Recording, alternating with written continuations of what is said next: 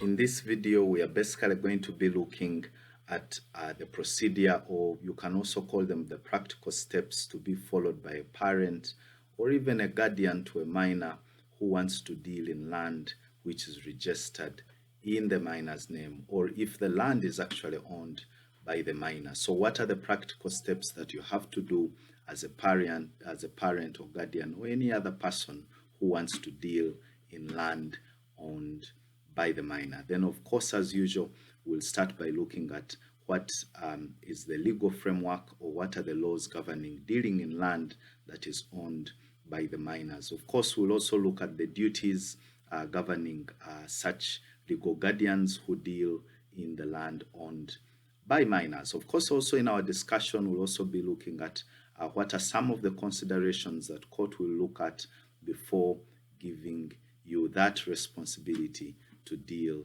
into the land that is owned by the minor. Hello there, my name is Mutiawa Conrad.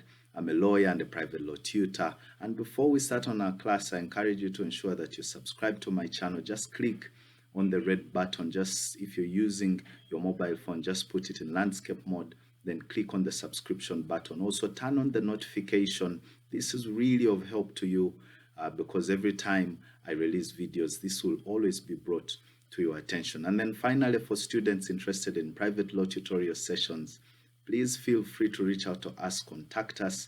Our numbers are down in the description box, and we can always help you to improve your grades in law school or at LDC or anywhere.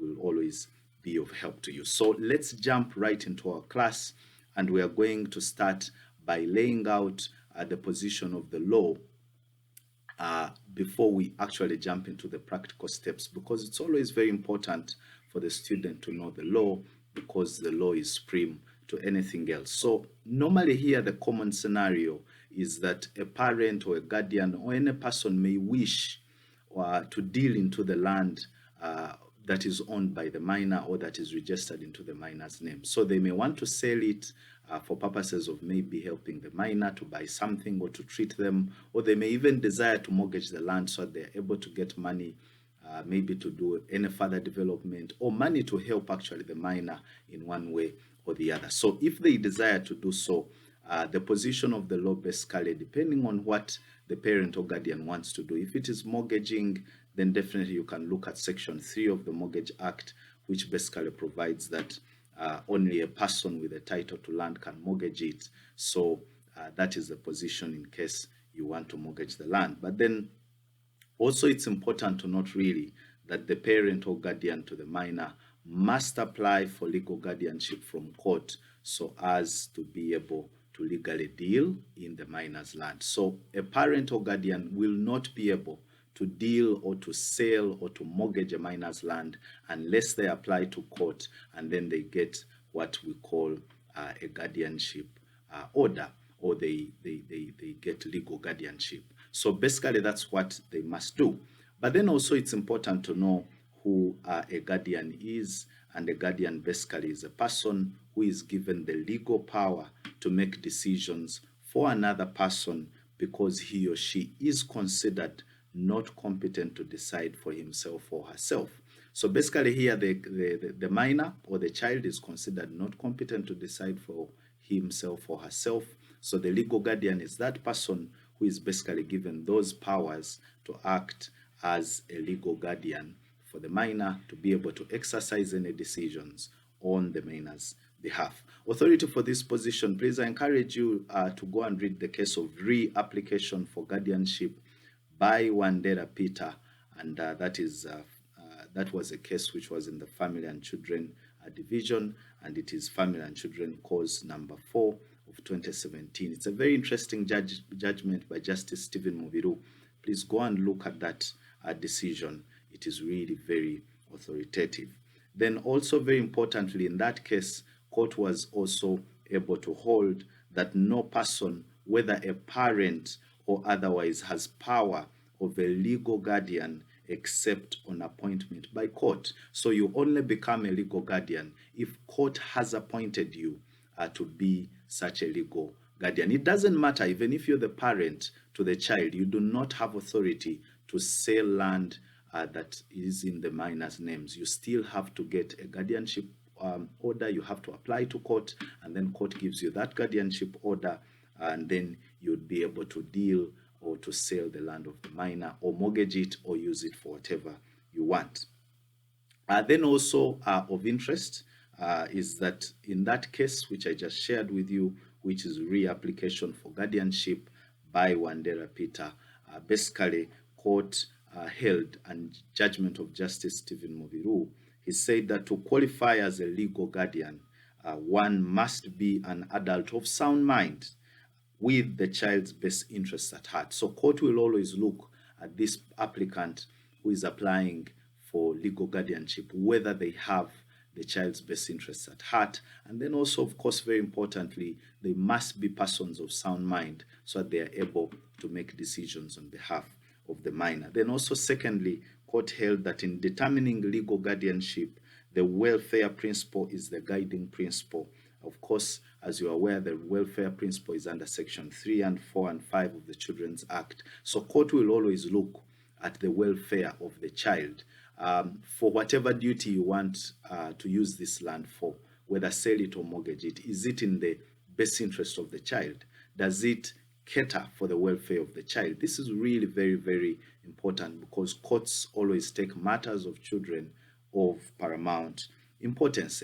Then also thirdly, court also held judgment again of Justice Stephen Mubiru that a legal guardian must manage the minor's finances and property and provide those records to court at all material times. So even after getting the guardianship order, so such a legal guardian has a duty to manage this property well and also give back accountability and provide records to the court. So basically, that is the legal framework that governs the same. Let's now quickly jump and look at the practical steps that you basically have to do as a guardian or as a parent of the minor. So the first step is you apply to the High Court for an order of legal guardianship, and that application is made under sections 3, 4, and 5 of the Children's Act, and also section 98 of the CPA, and also order 52 of the CPR.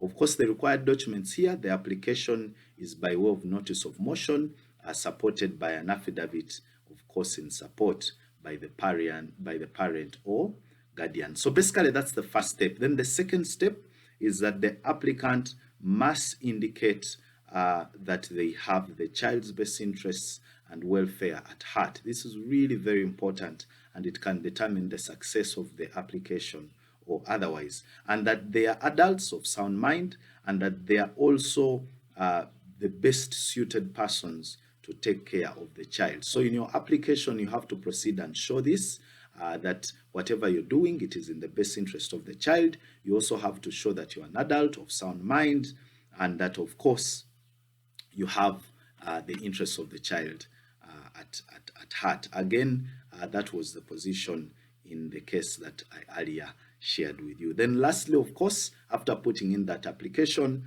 court gives an order of legal guardianship, of course, if it is satisfied that you have been able to convince it by virtue of the affidavit in support of the application. So court will proceed to, of course, give that order of legal guardianship with or without terms. So court may attach terms, okay, to the parent or to any applicant, or it may not attach any terms, authorizing, of course, the applicant, or normally who is the parent or guardian, to deal in the minor's land. So basically, those are the steps. And after receiving that order of court appointing you as a legal guardian with or without terms, then of course you now proceed as the last step to either sell the land or mortgage it as per the interests or what you desired to do. So basically, those are the steps that you have to follow for you to deal in land owned by the minor. So finally, as I promised,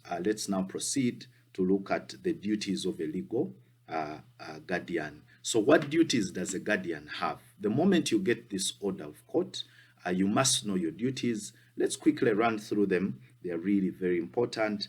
These were clearly laid down in the matter of Cheswa a minor until 2030, and also in the case of Batwaula minor until 2017, and also Sebaduka minor until 2014.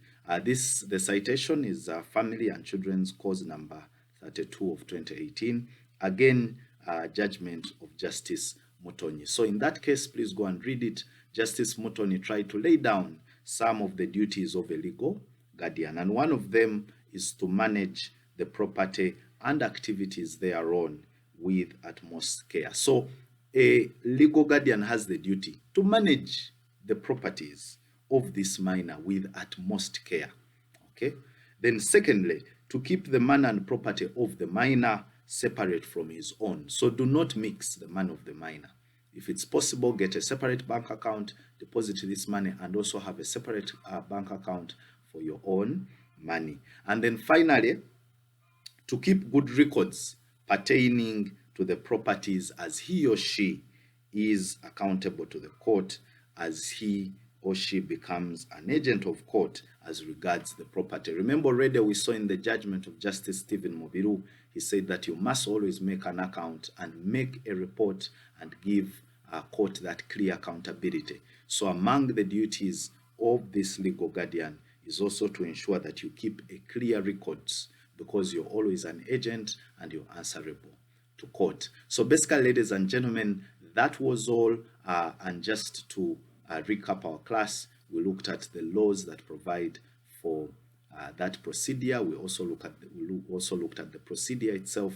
Then we also proceeded finally to look at the duties of a legal guardian. So thank you very much. We'll meet in another class. Again, don't forget to subscribe and like and share these classes with your colleagues so they're also able to benefit.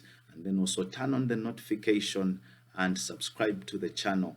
This is important because every time we release videos, this will always be brought to your attention. Students interested in private law tutorial sessions, please contact us. Our numbers are down in the description box, and there are so many other classes on this channel. So in case you're interested in any other area of study, just go onto the channel. There are so many classes and you'll be able to find what you are interested in. So we meet again in another class. Thank you very much. Bye-bye.